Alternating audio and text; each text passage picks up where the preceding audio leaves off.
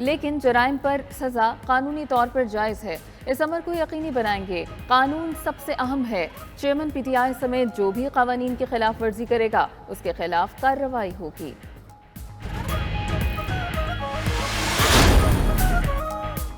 قومی اور صوبائی اسمبلیوں کے انتخابات کے لیے نئی حلقہ بندی مکمل، الیکشن کمیشن 27 ستمبر کو ابتدائی فہرست جاری کرے گا۔ سندھ میں حلقہ بندی 2023 کی مردم شماری کے مطابق کی گئی۔ کراچی کی صوبائی اسمبلی کی نشستوں میں 2018 کے مقابلے میں اضافہ، صوبائی اسمبلی کی نشست کے لیے آبادی کی کم از کم حد 4,28,431 نفوس مقرر۔ قومی اسمبلی کی نشست کے لیے سندھ میں کم از کم آبادی کی حد 9,13,000 رکھی گئی۔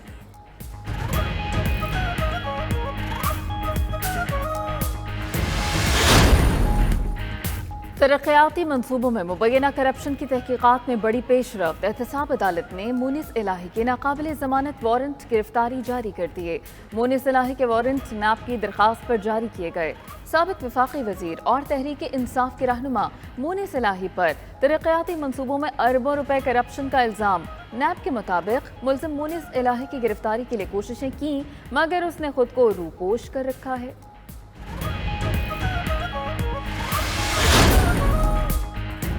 احتساب عدالت میں ریفرنسز پر کارروائی کا آغاز، اسحاق ڈار کے خلاف اثاثہ جات کیس دوبارہ کھل گیا۔ سابق وزیر خزانہ اسحاق ڈار کی 10 اکتوبر کو طلبی کے سمن جاری۔ نیب ترامیم سے متعلق فیصلے کے بعد احتساب عدالت کے جج محمد بشیر نے احکامات جاری کر دیے۔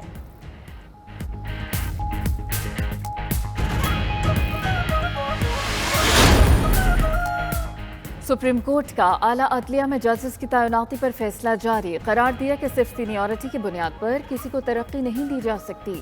ترقی اور اعلیٰ تقرری کے لیے سینیورٹی کے ساتھ میرٹ اور اہلیت بنیادی جزو ہے۔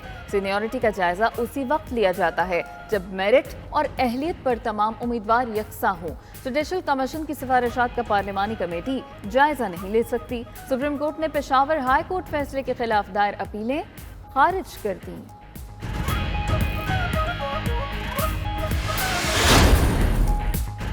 پشاور ہائی کورٹ کے ایڈیشنل ججز کی تعیناتی کا کیس، جسٹس اطہر من اللہ کا اختلافی نوٹ جاری۔ لکھا، عدلیہ کی آزادی کے لیے تقرریوں میں شفافیت، احتساب بنیادی اصول ہیں۔ منمانے فیصلے، ثوابدید کا غیر منظم استعمال عدلیہ کی آزادی کو ختم کرتا ہے۔ اہل افراد کی نشاندہی کے مرحلے پر چیف جسٹس نے رکاوٹ پیدا کی۔ ان کی پیدا کردہ رکاوٹ نے کمیشن کو آئینی اختیار سے روک دیا۔ کمیشن میرٹ کی بنیاد پر اور اصولوں کے مطابق نامزدگیوں میں ناکام رہا۔ فیض آباد دھرنا کیس، آئی بی کا نظر ثانی درخواست واپس لینے کا فیصلہ۔ انٹیلیجنس بیورو کے ڈپٹی ڈائریکٹر نے سپریم کورٹ میں متفرق درخواست دائر کر دی۔ ایک اور درخواست گزار شیخ رشید کے وکیل امان اللہ کنرانی نے بھی مقدمہ ملتوی کرنے کی استدعا کر دی۔ موقف اپنایا گیا کہ امان اللہ کنرانی نگران وزیر قانون بلوچستان ہیں، بطور وکیل پیش نہیں ہو سکتے۔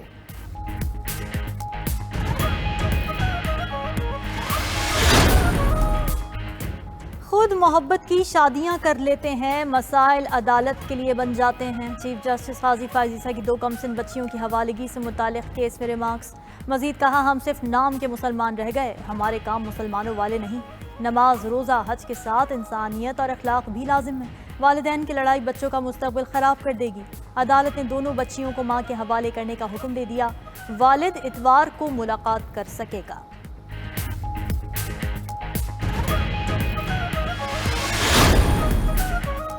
غیر قانونی طور پر مقیم 11 لاکھ افغانوں کو پاکستان سے نکالنے کا فیصلہ۔ وفاقی کابینہ نے غیر قانونی مقیم افغانوں کو بے دخل کرنے کے پلان کی منظوری دے دی۔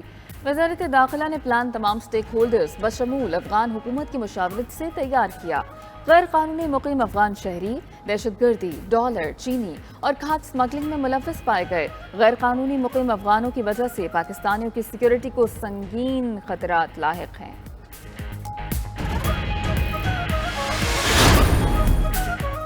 پشاور میں سی ٹی ڈی کی کارروائی کا لدم، داعش کے 4 افغان سہولت کار گرفتار، دہشت گردوں کے سہولت کاروں کو سیفن چوک بڈبیر سے گرفتار کیا گیا۔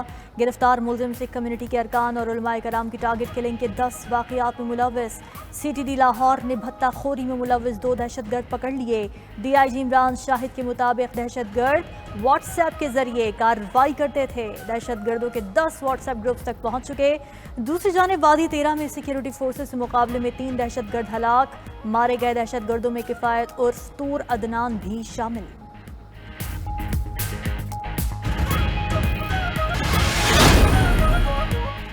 ملک میں گردوں کے ڈائلسس آپریشنز اور دیگر ضروریات کی دواؤں کی قلت، ڈریپ نے مناسب مقدار میں دوائیں درآمد نہ کرنے پر 7 کمپنیز کو نوٹس جاری کر دیے۔ ڈرگ ایکٹ کے تحت کمپنیز کے خلاف مقدمات درج کر لیے گئے۔ ڈرگ کنٹرولر کے مطابق درآمدی کمپنیز مارکیٹ میں باقاعدہ سپلائی کو یقینی بنانے کی پابند ہیں۔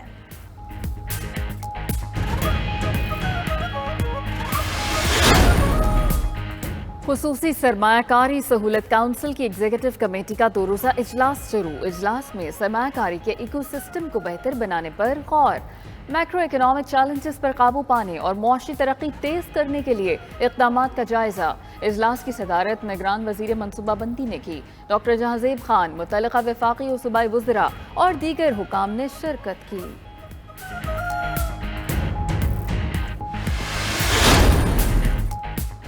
کرنسی مافیا کے خلاف کریک ڈاؤن، امریکی ڈالر کی قدر مزید ڈاؤن، انٹر بینک میں ڈالر مزید ₹1.06 سستا، قیمت $289.10 پر بند۔ اوپن مارکیٹ میں ڈالر ₹2 سستا، $291 کا ہو گیا۔ 15 روز میں ڈالر کی قیمت ₹17 سے زائد گر چکی۔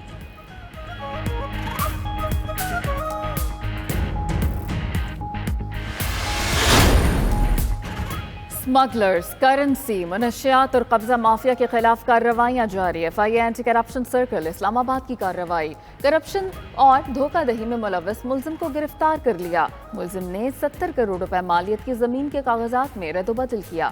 فیصل آباد میں کسٹم انٹیلیجنس کا توبہ ٹیکسن میں چھاپا، نان کسٹم پیڈ جوتوں سے بھرا کنٹینر پکڑ لیا۔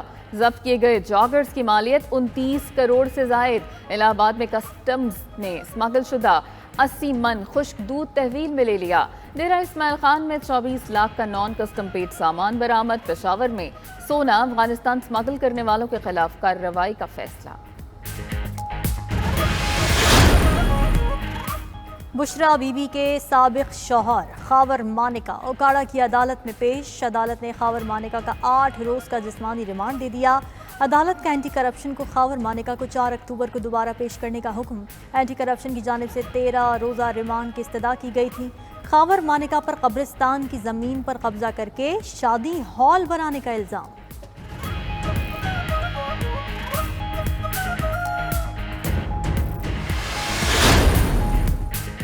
پولیس کی گاڑیاں جلانے کا کیس، P T I supporter Sanam Javed سمیت 8 ملزموں کی انسداد دہشت گردی عدالت پیشی۔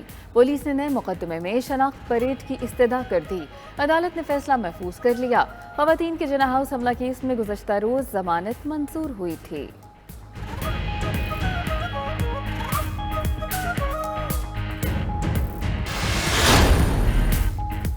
نگران وزیر اعلیٰ پنجاب کا ڈرامہ اور فلم انڈسٹری کی بہتری کے لیے اقدامات کا اعلان۔ محسن نقوی نے کہا کہ اسٹیج ڈراموں کی بہتری کے لیے کام کیا جا رہا ہے۔ فنکاروں کے لیے 50 کروڑ کی لاگت سے انڈومنٹ فنڈ قائم کیا جا رہا ہے۔ فنڈ سے فنکاروں اور گلوکاروں پر خرچ ہوگا۔ کوئی بھی حکومت آئے، آرٹسٹ کو فنڈ ملتا رہے گا۔ وزیر اعلیٰ نے گوجرانوالہ کا دورہ بھی کیا۔ لاہور سیالکوٹ موٹر وے لنک روڈ منصوبے کا جائزہ لیا۔